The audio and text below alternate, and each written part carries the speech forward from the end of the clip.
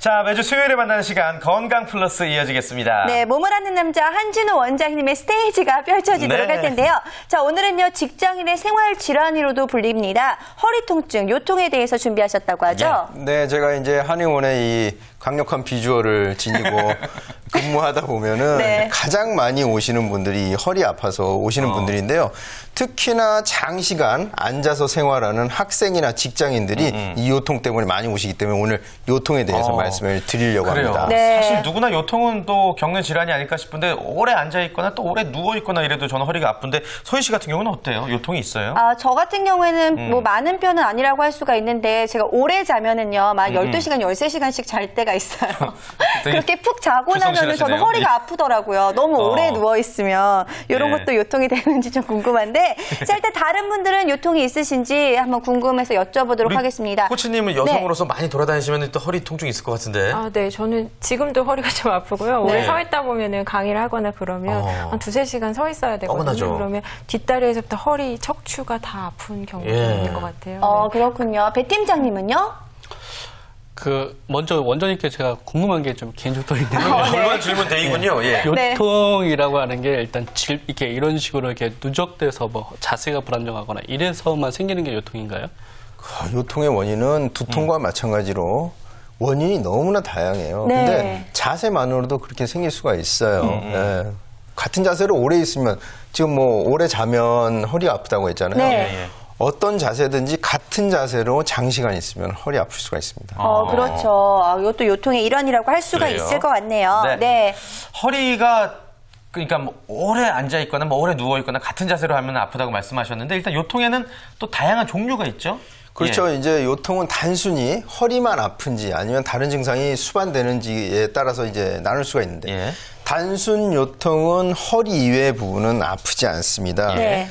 그리고 이 허리 요통을 동반한 그 좌골신경통이라는 것은 요통과 함께 다리가 당기거나 저리는 이런 증상들이 수반되게 되는데요. 다리로 가는 신경은 척추에서 시작해서 골반강에서 이 좌골이라고 하는 뼈 근처에서 다리로 나오게 됩니다. 근데 이 좌골신경을 어떠한 것이 물리적으로 압박하면 이 신경, 다리가 당기는 듯한 이상 감각이 생기게 되는 건데요.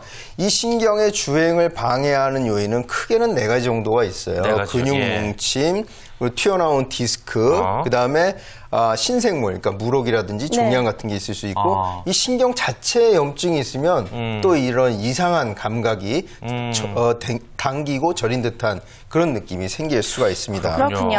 아무튼 허리 통증은 좌골신경통과 단순 요통으로 나뉘고 좌골신경통은 뭐 뭉침이나 디스크 등 많은 요인이 있다 이렇게 말씀을 하셨는데 허리 디스크는 뭐 우리 학생들부터 어르신들까지 누구나까지는 아니지만 많이 앓고 있는 질환이잖아요. 단계가 있죠. 그 디스크가 있다고 가정을 했을 때 그 튀어나온 정도에 따라서 이제 구분을 하게 됩니다. 디스크가. 조금 튀어나왔는지 많이 나왔는지 아예 찢어져 나왔는지 등으로 구분할 수 있고요. 수액이요? 이 튀어나온 정도에 따라서 증상이 더 심해지기도 합니다. 그 디스크가 있는지를 자가적으로 진단하기 위해서는 누운 자세에서 무릎을 굽히지 않고 다리를 들어 올렸을 때 많이 올라가지 않으면 디스크를 한번 의심해 볼 필요가 있어요. 그렇군요. 근데 저는요, 주변에 정말 많은 분들이 나 허리 디스크인가 봐, 너무 아파 이렇게 말씀하시는 분들이 굉장히 많이 계시더라고요. 근데 그런 분들이 다 수술들을 한 번씩 고려를 하시던데 수술만이 해결책이 되는 건가요?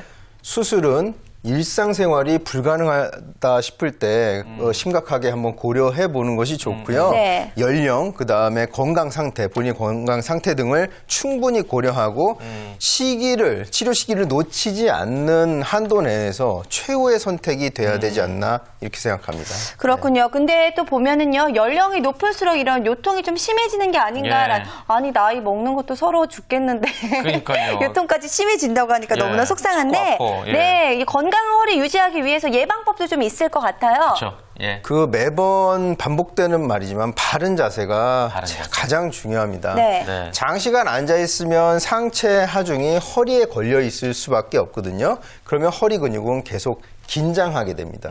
긴장하면 유연성이 떨어지기 때문에 갑자기 이렇게 움직이다가 네. 좌섭요통, 우리가 허리를 삐끗했다는 표현을 많이 쓰잖아요. 네. 담 들렸다. 이런 증상이 생기기가 쉽거든요. 이걸 피하려면은 눕듯이 이렇게 사장님 스타일, 그다음에 너무 이렇게 수그리는 굽신 모드 이런 자세는 조금 피해주고 척추를 올곧게 네. 바로 세우고 앉아 있는 게, 왜냐하면 하루 종일 앉아 있거든요, 직장인들이. 네, 그렇죠. 네네네. 그래서 하긴, 바른 자세하는 게 예. 가장 중요합니다. 네. 장시간 운전하다 보면은 또 이렇게 바른 자세를 계속 취할 수가 없기 때문에 저도 허리가 참 많이 아픈 것 같아요. 네. 자세가 정말 중요한 겁니다. 근데 예. 저는 또 궁금한 게요. 예전에요. 예. 이제 한참 S라인 열풍이 불었을 때 이 S라인 자세들을 많이 하잖아요. 이렇게 하고 있으면은 허리가 많이 아픈데 이 자세도 굉장히 안 좋겠죠? 예. 그렇죠. 그 높은 구두를 신는 것 자체가 척추를 좀 이게 더 왜곡할 수가 있어요. 예, 그래서 높은 신발 신는 것도 좀 불편하고요. 그 편하지 않은 자세가 바른 자세는 아닙니다. 남자들 깔창 끼는 거 허리 안 좋아요?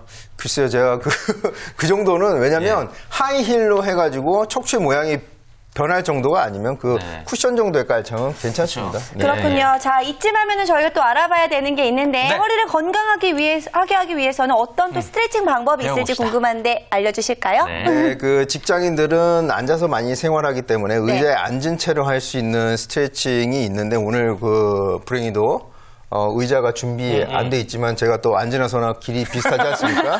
그래서 보여드리자면은 네. 앉아있다고 생각을 하고, 네. 의자에 팔걸이가 있으면 이렇게 틀어주는, 쭉 늘려주는 거 있죠. 우두둑. 반대쪽으로 또 반대로 우두둑. 이렇게 해주고, 네. 의자에 앉은 채로 이 허리를 충분히 숙여서 허리 근육, 이 척추 기립근이라고 하는 근육을 충분히 늘려주고, 네, 그 다음에 앉아서 다리를 들었다 내렸다 하는 운동을, 양 다리를 같이 동시에, 같이요? 그러면 저희는 할 수가 없네요. 이 허리 근육을 네. 강화할 수가 있고요.